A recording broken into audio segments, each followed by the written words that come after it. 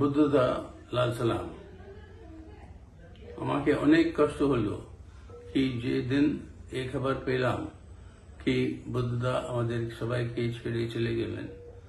ওই সময় আমি অপারেশন থিয়েটারে ছিলাম, all India institute of medical sciences.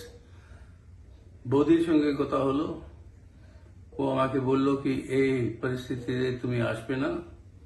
আমি বললাম আজকে দিন আসবো, আপনাকে অসুচেতনকে দুজনকে মিলিয়ে বাঙাল আমাদের কমরেডদের সঙ্গে, বাঙালের জনগণের সঙ্গে আমি বুদ্ধদাকে মিলিয়ে লাল সালাম বলবো, কিন্তু ওটাও সম্ভব হলো না।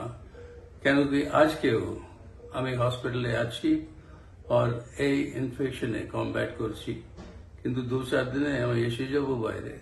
কিন্তু অনেক দুঃখিত হচ্ছে, ফ্রাস্ট্রেশন আর অ্যাগনি কি আপনার সঙ্গে আমি আজকে থাকতে পারলাम ना। बुद्धदा और हमारी संपर्क तकरीबन 50 सालों से है।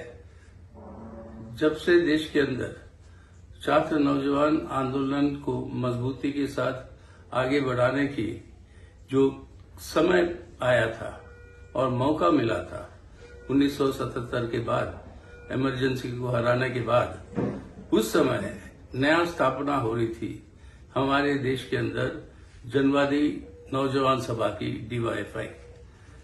उसकी स्थापना के लिए 2 को कन्वीनर बने गए, एक बुद्धदेव भट्टाचार्य जो सेक्रेटरी थे बंगाल के DYFI के, और एक EP जयराजन जो सेक्रेटरी थे केरला के।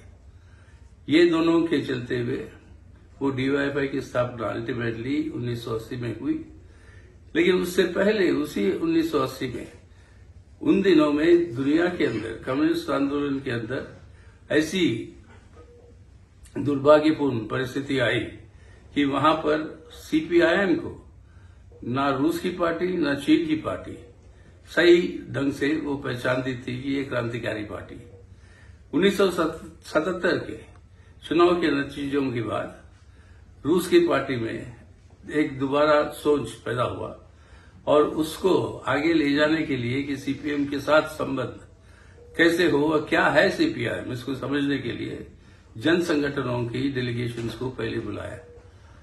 पहले डेलीगेशंस जो बुलाए गए उनमें से छात्र नौजवान थे, और उस डेलीगेशन में जाहिर है comrade Buddhadeb Bhattacharya, EP Jayarajan, comrade Nepal Dev Bhattacharya जो हमारे SFI के महासचिव थे, और मैं खुद, ये 4 मेंबर की डेलीगेशन पार्टी ने तय करके भेजा।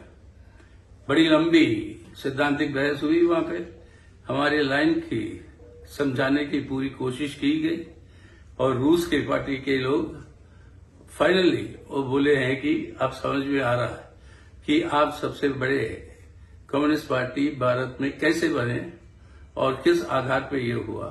तो इस तरीके के सिद्धांतिक सवालों के ऊपर पूरी की पूरी बहस दुनिया के अंदर ही जो चलती रही, उसके अंदर भी कॉमरेड बुद्धदेव की भागीदारी रही।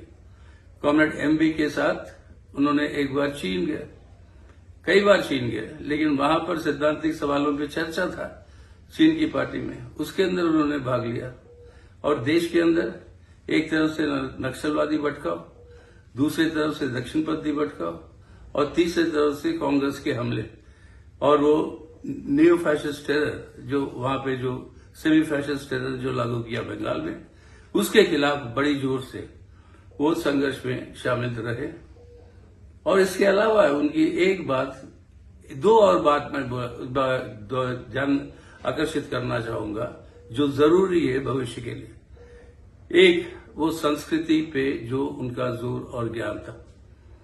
लोग अक्सर समझते हैं कि संस्कृति अलग है, क्रांति अलग है, वर्ग संघर्ष है, संस्कृति अपने आप में अलग है। अपनी खुद की अनुभव सोचो, देश के अंदर अगर वामपंथी आंदोलन या प्रोग्रेसिव मूवमेंट बड़ी है तो उसके अंदर कितनी बड़ी इप्टा का रोल रहा, कितना बड़ा रोल रहा कि आपके पूरी की पूरी बॉलीवुड के बड़े बड़े नेता बलराज साहनी के नेतृत्व में इप्टा का जो पूरा ये कार्यक्रम चला, और कितने बड़े बड़े शख्स जो जुड़े थे कम्युनिस्ट पार्टी के साथ, उनका जो आज कंट्रीब्यूशन जो रहा उसको समझते हुए उन्होंने कहा कि बिना सांस्कृतिक विकास का, जो ग्रामशी ने बताया कि आपको अगर काउंटर हेजेमनी तैयार करना है, without culture it is not possible. ये योगदान, और तीसरी सबसे बड़ी बात, बंगाल के नौजवान के लिए भविष्य का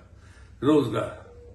और जो भी गलतियां हुई इसमें, सवाल ये था कि जो निशाना उनका था, आज उसकी प्रासंगिकता और ज्यादा बढ़ी। लाखों के तादाद में बंगाल के नौजवान जाते हैं बाहर नौकरियों को खोजते हुए। वो संभव नहीं होता, जरूरी नहीं पड़ता अगर बुद्धदेव के रास्ते को अपनाएं और एक इंडस्ट्रियलाइजेशन हो बंगाल के अंदर। अगर ये होता तो बंगाल का भविष्य ही, और आज वर्तमान और उसका भविष्य ही कुछ और होता और बहुत बेहतर होता। ये आज बताता है जो रास्ता उन्होंने चुना वो रहेगा, that will be a lode star for the communist movement in the future. So once again लाल सलाम, कॉमरेड बुद्धदेव भट्टाचार्य।